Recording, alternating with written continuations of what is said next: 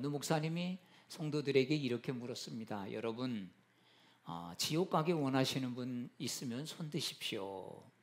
여러분 손 들겠습니까? 교인들이 손을 들지 않았습니다. 자, 그러면 천국 가기 원하시는 분들 손 들어 보십시오. 그러니까 다 손 들죠. 자, 그러면 여러분 천국 가기 원하시는 분들, 자, 그럼 지금 당장 천국 가기 원하시는 분들 손 들어 보십시오. 그랬더니 아무도 손을 들지 않았습니다. 자, 이 목사님이 이렇게 이야기합니다. 그러면 천국보다 지금이 좋다는 것 아니겠습니까? 자, 그럼 지금이 천국보다 좋다고 여기 있었으니까 매일 지금 감사하며 사십시오. 여러분, 이 짧은 대화는 우리에게 참 중요한 생각을 하게 합니다. 여러분, 우리는 지금이라는 이 시간이 어떤 시간보다 여러분 복된 시간임을 우리가 여러분 다시 생각하게 되지 않습니까? 여러분, 지금이라고 하는 시간, 여러분 이 시간이 주어졌다는 것, 여러분 이거 하나만으로 감사하며 사시기를 축원합니다. 여러분, 오늘 맥추감사 주일입니다. 6개월이 그냥 훌떡 지나갔습니다. 어떻게 이렇게 금방 빨리 지나가는지 모르겠습니다. 또 아마도 12월 31일 송구영신 예배 드리면 또 6개월이 또 훌쩍 지나갔네, 여러분 이렇게 생각하실 것입니다.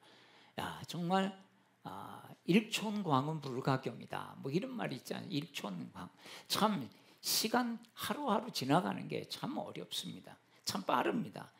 여러분, 우리가 지금까지 살아온 6개월을 돌아보면서 감사할 것 감사하고 또 감사를 회복할 수 있는 우리 오늘 또 이 예배 시간이 되기를 축복합니다. 혹시 이런 생각이 드시는 분 계실지 모르겠어요. 감사할 게 뭐가 있지? 거기 감사 헌금에 3가지 감사 예물 제목 쓰라고 하는데 감사할 게 있어야 감사하지. 여러분, 힘들고 고달픈 하루하루 연속인데 감사는 무슨, 여러분 이런 생각을 하신 분들이 혹시 있다면 여러분 오늘 말씀 잘 들으시기를 바랍니다. 우리가 그동안 말씀을 전하면서 어떻게 보면 감사를 그냥 강요하는 말씀들을 참 많이 했던 것 같습니다. 여러분, 감사는 강요해도 사실은 지나치지 않을 정도로 중요하죠. 왜냐하면 우리는 너무나 감사를 모르고 살아가기 때문입니다. 나중에 보면 그게 감사인데 나는 그때 오히려 감사는 못하고 불평만 하고 살았네? 여러분, 이런 것들을 우리가 돌아보게 되지 않습니까? 자꾸 감사는요, 여러분 찾지 않으면 우리 본성은 감사하며 살 수 있는 존재가 아니라는 거예요. 왜냐하면 우리는 자꾸 육신에 매여서 진짜 감사한 거 여러분 몇 가지가 되겠습니까? 여러분, 상황과 조건과 환경을 보면서 감사하면 우리가 몇 가지나 감사할 수 있을까요? 근데 오늘 여러분 우리가 함께 읽은 에베소서 2장 말씀은요, 우리가 어떻게 구원을 받았고 왜 감사하며 살아야 하는지 이런 근본적인 것들을 우리에게 가르쳐 주고 있다는 것입니다. 자, 에베소서 2장 1절 말씀을 우리 같이 읽도록 하겠습니다. 시작. 그는 허물과 죄로 죽었던 너희를 살리셨도다. 여러분, 여기서 말하는 죽었다라고 하는 게 무슨 말일까요? 죽었다라고 하는 것이 육체적인 죽음을 말하는 것이 아니라 영적으로 하나님과 완전히 단절되어 버렸다라고 하는 말씀입니다. 그 단절은 우리가 아무리 도덕적이거나 윤리적으로 착하게 살아도 하나님과 아무 상관없이 살았다면 여러분 이것이 바로 우리가 죽은 것입니다. 여러분, 그래서 착하게 산다고 천국 간다고 성경은 말하고 있지 않습니다. 윤리적 도덕적으로 깨끗하다고 여러분 주님께서 우리 그것을 인정하지 않는 것입니다. 왜? 여러분, 인간의 기준은요 너무나 천차만별이기 때문이죠. 과연 하나님의 기준에 여러분 우리가 착한 게 맞을까요? 어떻게 보면 착한 게 아니라, 착하게 산 게 아니라 착하게 살 수 있는 그런 환경이 주어졌을 뿐이죠. 정말 우리에게 열악한 환경이 주어졌다면 정말 우리가 착하게 살 수 있는 존재일까? 여러분 한번 생각해 보시면 아니다, 맞다. 진짜 내가 그렇게 착하게 살 수 있는 환경이 주어졌을 뿐이지 정말 내가 손가락질하고 저런 나쁜 놈, 저런 죽일 놈 이렇게 욕했던 그런 사람들의 삶의 환경들 속에 나도 똑같은 환경이 주어졌다면 여러분 우리가 함부로 나도 그렇게 살 수 있을 거다, 나는 절대 그렇게 안 살 거다 라고 할 수 있는 존재가 아니라는 것입니다. 왜 그럴까요? 자, 2절은 이렇게 우리의 과거의 상태를 분명하게 말씀하고 있기 때문이죠. 자, 2절 말씀 읽겠습니다. 그때에 너희는 그 가운데서 행하여 이 세상 풍조를 따르고 공중의 권세 잡은 자를 따랐으니 곧 지금 불순종의 아들들 가운데서 역사하는 영이라. 여러분 우리가 어떻게 살았다고요? 세상 풍조를 따르고 공중 권세 잡은 자를 따랐다. 넌 참 착하게 잘 살았구나. 너는 참 인생 괜찮게 살았구나. 이런 자가 아니라 세상 풍조를 따르고 공중 권세 잡은 자를 따랐다. 성경은 분명하게 그렇게 말합니다. 여러분 세상 기준에 따라 산 게 바로 여러분 뭐겠습니까? 그게 세상 풍조를 따는 거예요.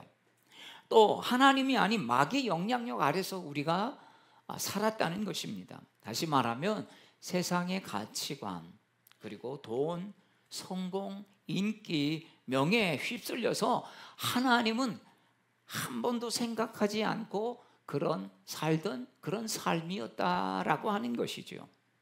여러분 죄의 본질은요 그저 나쁜 짓하고 타락하고 여러분 도둑질하고 이런 게 아닙니다. 하나님 없이 하나님 무시하며 살아가는 것, 이것을 성경은요 가장 죄의 큰 본질이다 이렇게 말합니다. 여러분 하나님 없으면 결국은 그렇게 가죠. 도둑질하고 살인하고 이렇게 하지 않아도 결국은 자기를 위해서 살아가는 인생밖에 되지 않기 때문입니다. 여러분 우리는 하나님과 관계 맺어야만 제대로 살 수 있는 존재인데 하나님이 무시되고 하나님과의 관계가 끊어지면 우리는 세상에 종속되어서 이 세상에 끌려다니며 살 수밖에 없다는 것입니다. 그러면 어떻습니까? 세상의 성공과 실패에 따라서 울기도 하고 웃기도 하고 우쭐대기도 하고 절망하기도 하는 여러분 이런 삶을 여러분 살아가게 되는 것이죠. 그래도 나 자신을 돌아보면 그래도 내가 은혜가 있으면 여러분 이런 마음들을 돌이키잖아요. 내가 하나님 믿는 사람인데 내가 지금 뭐 하고 있나? 내가 지금 기도하고 있을 시간에 지금 앉아서 불평하고 원망하고 누구 지금 저주하고 앉아있는 내 모습이 참 한심하고 답답하죠.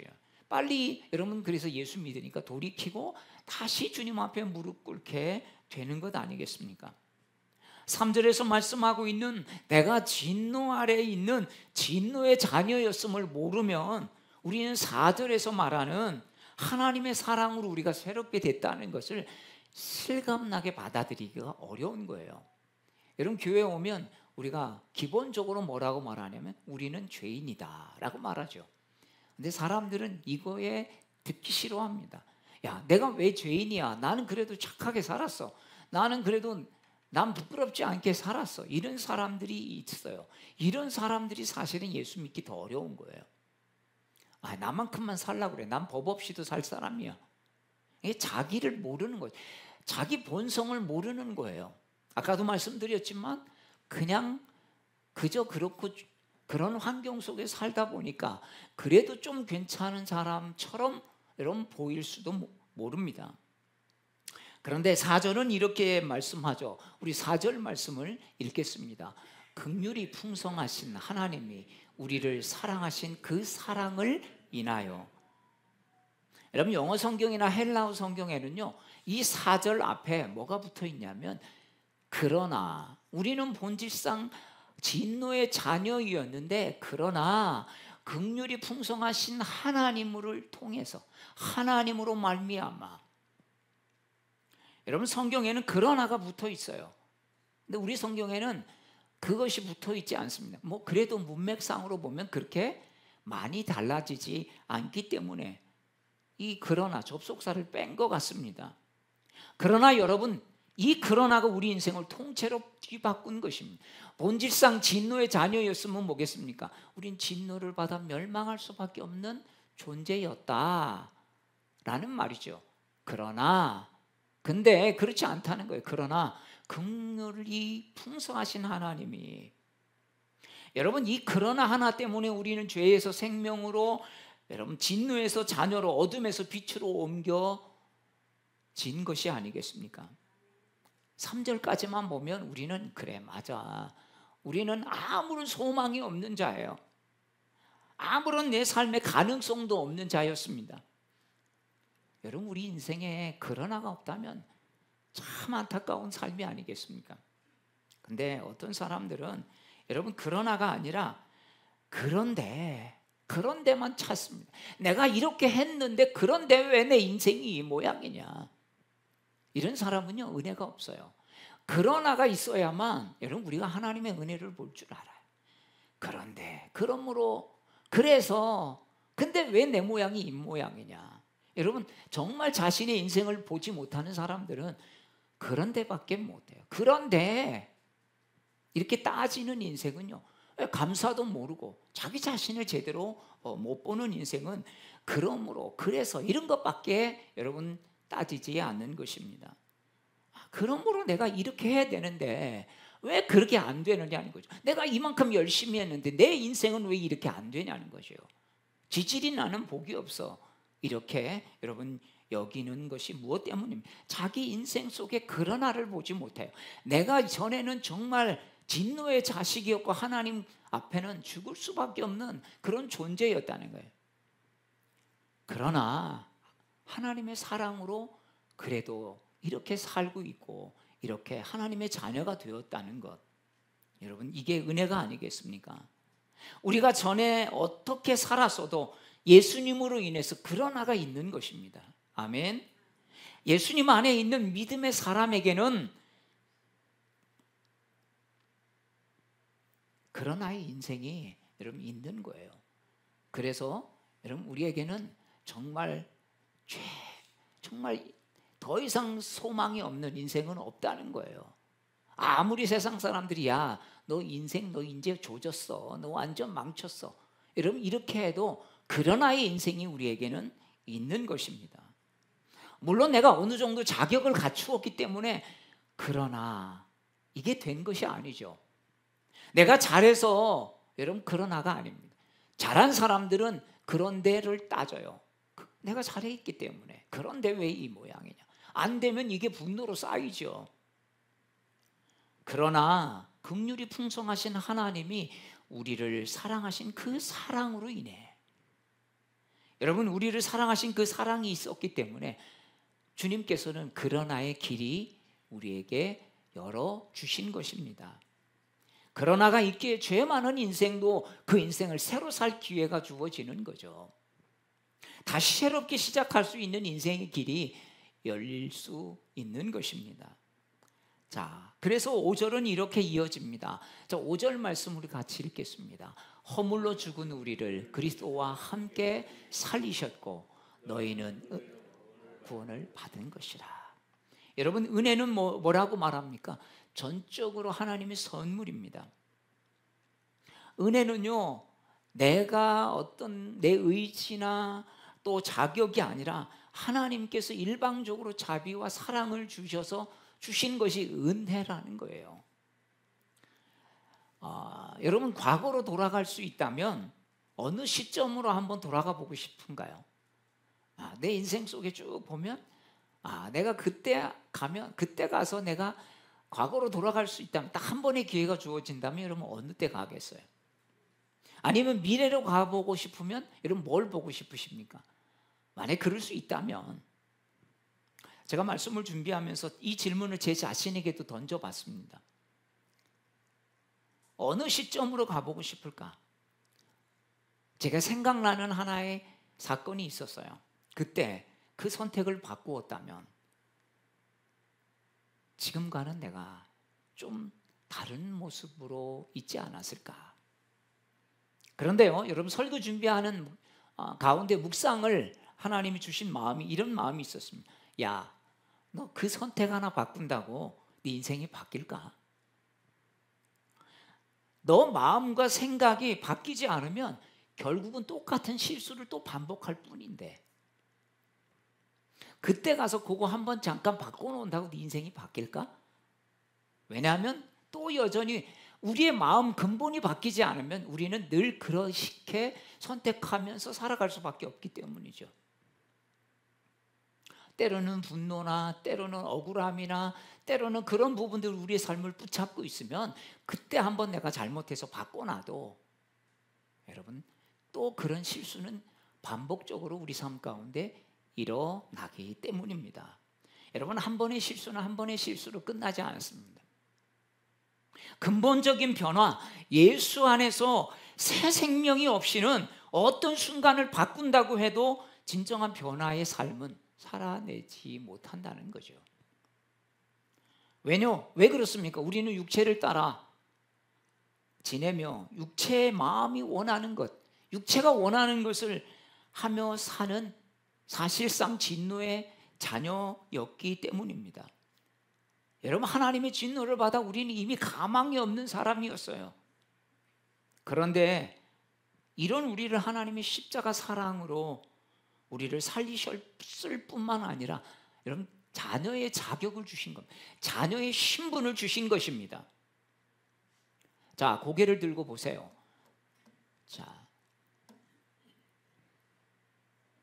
자, 우리를 살리셨을 뿐만 아니라 우리를 자녀 삼아 주신 것이죠. 여러분, 이 근본적인 게 분명해야, 이 가치가 분명해야 어떤 상황에서도 우리가 분명한 목적을 가지고 살아가면서 감사할 수 있는 것입니다.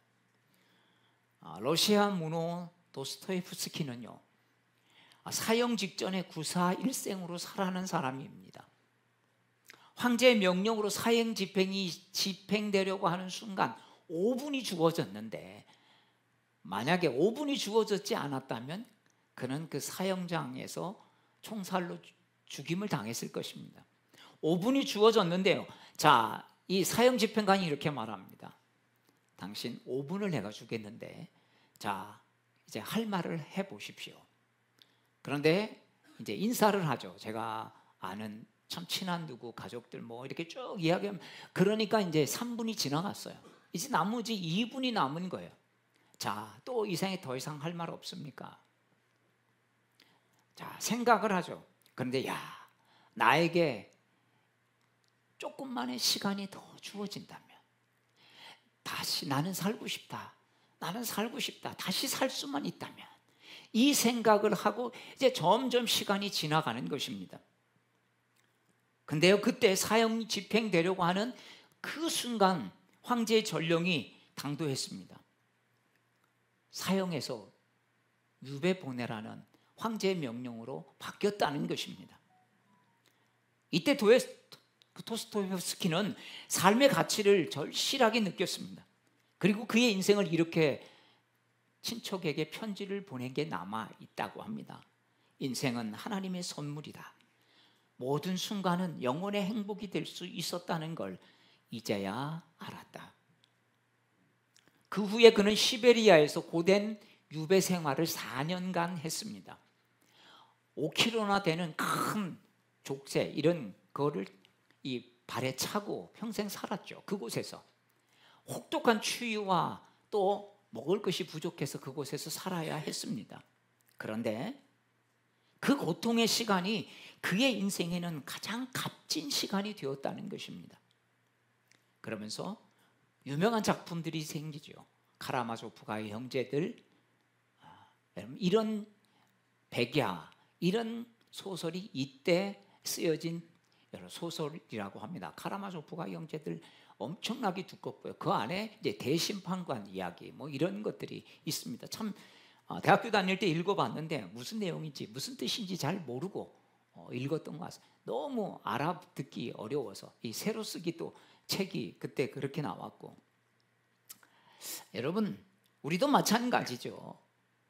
그 고통의 시간을 정말 아는 사람은 그 이후의 인생을 값진 인생으로 살 수밖에 없는 거죠. 삶이 얼마나 중요하다는 걸 깨달았기 때문이죠. 여러분, 우리도 마찬가지입니다. 이미 우리는 죽은 인생이라고 말합니다. 그런데 주님이 우리를 대신해서 죽으시고 우리를 살리셨습니다. 그 사실 하나만으로도 우리는 평생 여러분 감사하며 살아갈 이유가 여러분 충분한 것입니다. 여러분, 이런 것들이 분명하지 않으면 우리는 상황과 환경, 조건에 따라서 감사하며 살 수밖에 없어요. 여러분, 이런 부분들은 누구나 다 하죠. 신앙인이 아니라도 할 수 있습니다. 그래, 나는 이것 때문에 감사. 나는 이것 때문에 감사. 참 이게 잘 돼서 감사. 풍성한 수확이 있어서 감사. 몸 아프지 않아서 감사. 여러분, 이거는 예수님 믿지 않아도 여러분 누구나 할 수 있는 감사입니다. 그런데 우리가 죄로 죽을 수밖에 없는 어둠의 자식이었는데 우리를 대신해서 주님이 죽으시고 우리에게 새 생명을 주고 하나님의 자녀가 되게 하셨다는 것, 여러분 이게 깨달아지면 깨달아질수록 여러분 얼마나 우리 삶의 감사가 되겠습니까? 여러분, 이게 분명해야 내 삶을 바라보는 눈이 달라지는 거예요. 여러분, 죽음 직전까지 갔던 도스토옙스키는 그 어려운 시베리아 유배 생활 속에서도 하나의 어려움 속에서도 어려움을 정말 어려움으로 받아들이지 않고 글을 쓰면서 그의 그 시간들을 보내야 했던 것을 볼 수 있습니다. 여러분, 이게 분명해야만 여러분 우리의 삶의 태도가 달라지는 거예요. 그런 어려운 환경과 조건 속에서도 진정으로 감사할 수 있는 것입니다. 자, 8절 말씀을 우리 함께 다시 읽도록 하겠습니다. 시작. 너희는 그 은혜에 의하여 믿음으로 말미암아 구원을 받았으니 이것은 너희에게서 난 것이 아니요 하나님의 선물이라. 여러분, 그렇습니다. 우리가 예수 믿게 된 거 내가 열심히 있어서 여러분 그렇게 된 게 아니죠. 내가 잘나서 그럴 건도 아닙니다. 내가 뭘 잘해서도 그런 게 아니에요. 내가 무슨 소리야? 내가 열심히 교회 나왔는데, 내가 열심히 신앙생활 했는데, 그럼 누가 한 거야? 내가 한 거지. 여러분, 그 마음을 주님이 주신 거죠. 여러분, 나오고 싶어도 나오지 못할 때가 있지 않습니까? 나올 수 있는 건강을 주시고, 나올 수 있는 마음도 지켜주시고, 나올 수 있는 환경도 주시는 것이고, 여러분 다 이게 주님이 하신 것인데 우린 내가 한 거라고 생각을 하는 거예요. 조금만 더 한 번만 생각해 보면 교회 나올 수 있는 마음을 주셨는데 여러분 순간순간마다 나오기 싫은 마음도 있고 오늘 또 다른 일이 있는데 여러분 이러면서 우리 마음이 갈라지면 어떻습니까? 여러분 예배도 못 드리는 거죠. 안 드리는 거죠. 내가 잘나서 예수 믿게 된 것도 아니고 내 공로로 절대 구원받을 수 없다라고 말하고 있습니다. 하나님의 선물이다 라고 말하지는 거죠. 여러분, 믿고 싶어도 믿어지지 않는다는 사람들이 많아요. 예수님이 구원자이심이 믿어지는 것이 은혜요 감사인 줄로 믿습니다. 또 기도한다고 응답받고 찬양하면 하나님이 들어주시고 내가 드린 예배를 하나님이 받아주시는 것, 여러분 이게 얼마나 여러분 축복입니까? 여러분 다윗이 하나님 앞에 범죄하고 나서 제일 두려웠던 게 내가 주님을 예배할 때 이런 감동이 없을까 봐. 왜? 그런 감동이 없으면 우리는 계속해서 예배 드리기 어렵죠. 여러분 예배에 올 때마다 감동이 없으면요 참 예배 오기가 때로는 싫어져요. 찬양도 기도도 말씀도. 하나님은 우리의 엉터리 같은 기도도 들으시고요. 때로는 내가 봐도 횡설수설하는 기도를 저도 드릴 때가 횡설수설해요. 누가 듣지 않는다고. 또 찬양도 잘합니까? 그런데 그 찬양도 하나님 기뻐하십니다. 못해도 음이 박자 틀려도 하나님 그 자체로 우리를 기뻐하시는 거예요. 푸념인지 한탄인지 알 수 없는 기도도 받아주시는 거예요. 그러면서 뭐라고 합니까? 그래, 너 왜 기도를 그따구로 하냐? 너 그 모양이냐? 이렇게 하지 아니하시고 너 참 많이 힘들구나. 너 그렇게 말도 안 되는 기도를 하는 거 보니까 너 그렇게 기도인지 탄식인지 한탄인지 푸념인지 모르지만 너 참 많이 힘들구나. 여러분 주님께서 그런 기도도 받아주시는 것이죠. 여러분 찬양할 때 텔레비전에서 이상한 노래 나오면 바꿔버리잖아요. 채널을. 뭐 저런 노래가 다 있어. 여러분 우리는 그렇게 바꿔요. 아, 저것도 노래야? 아니면 뭐 저런 노래를 저렇게 못 부르냐? 근데 하나님은 우리가 부르는 찬양이 어떤 까마귀 소리를 내도 여러분 그거를 여러분 받아주시는 거죠. 에이, 도무지 너 못 듣겠다. 그냥 그만해라. 이렇게 하지 않으시고 기뻐 받으시는 거예요. 왜? 우리의 마음을 주님께서 너 잘하는 걸로 보시지 않아요. 세상은 잘하는 걸로 보죠. 야, 노래 참 잘한다. 한 번 더 해라. 근데 하나님은 잘하는 걸로 하시지 않는다는 것입니다. 사랑하는 여러분, 예수님을 믿게 된 거, 기도 드릴 수 있는 거, 또 찬양할 수 있는 거, 여러분 이 모든 것이 주님의 은혜임을 믿습니다. 우리는 종종 이 사실을 잊어버려요. 그러면서 조건과 상황에 따라서 여러분 감사하려고 합니다. 그러면서 감사하라고 그러는데 뭐 감사할 게 있어야 자꾸 감사하지. 왜 목사님은 감사절만 되면 저렇게 감사를 강요해? 이렇게 하는 거죠. 상황이 좋으면 감사하고 힘들면 불평하고, 이게 우리의 본성이에요. 교리로만 십자가의 은혜를 믿으면 십자가의 주님 사랑만으로 우리는 감사할 수 없고 만족할 수 없어요. 알기는 알죠. 아, 그래, 알죠. 십자가 사랑 우리를 하나님 자녀 삼아 주셨고 우리를 구원해 주셨고 이건 내 공로가 아니야? 근데 별로 이게 아무런 감동이 없어요. 교리로만 알면 그래요. 이게 진짜 우리 삶에서도 나 자신을 보면 볼수록 이 은혜가 새록새록 더 생각날 수 있는 것입니다. 여러분, 하나님 우리를 구원하신 목적은요, 너 죽은 다음에 그냥 천국 가라, 이게 아닙니다. 하나님이 예비하신 선한 일을 이 땅에서 감당하려고 우리를 자녀 삼아 주신 거예요. 우리를 통해서 하나님이 영광 받으시기를 원하시는 거예요. 부족하지만 여러분, 애들 보면 못한다고 너 그만둬 합니까? 걷다가 넘어져도 한 걸음 한 걸음 걸어가는 게 너무 예뻐서, 말도 제대로 못해도 야 아빠라고 했어, 아빠라고. 얘가 엄마라고 했어. 여러분, 그 모습이 얼마나 예쁩니까? 그 모습을 보면서 아이가 성장하는 것처럼 하나님도 우리의 모습을 보시면서 그렇게 봐주신다는 거죠. 여러분, 이 자녀됨이 분명하면 어떤 조건과 상황 때문에 감사하지 않고 우리의 신분 때문에 감사할 수 있을 줄로 믿습니다. 내가 하나님 자녀야, 내가 예수 믿는 사람이야. 여러분, 다른 거 다 없어도 이것 때문에 여러분 감사할 수 있다는 것입니다. 죄로 인해 죽을 수밖에 없는 망할 인생인데 주님의 은혜로 구원받아서 하나님, 제 신분이 바뀌었습니다. 내가 건강해서 돈이 있어서 일이 잘 풀려서 감사하는 건 누구나 다 하는 감사가 아니겠습니까? 사랑하는 여러분, 우리는 진노의 자식이었습니다. 그러나 하나님의 긍휼로 구원의 자녀가 된 것입니다. 감사는 단순한 긍정적인 태도가 아닙니다. 감사는 아멘할 준비하십시오. 믿음의 표현입니다. 감사는 기분이 좋을 때만 하는 게 아닙니다. 하나님의 은혜를 아는 자연스러운 믿음의 열매인 것입니다. 예수님 안에서 우리는 완전히 새로운 존재가 되었다는 이 믿음의 고백이 우리가 어떤 환경에서도 감사할 수 있다는 것입니다. 사랑하는 여러분, 이 사실 하나만으로도 우리가 어떤 일이 없어도, 또 어떤 일들 속에 우리가 참 어려움을 당해도 여러분 감사하며 살아가는, 야 그래 맞아, 이거 하나로도 내가 감사하지. 여러분, 이 고백이 저와 여러분의 고백이 되기를 주의 이름으로 축복합니다. 우리 다 함께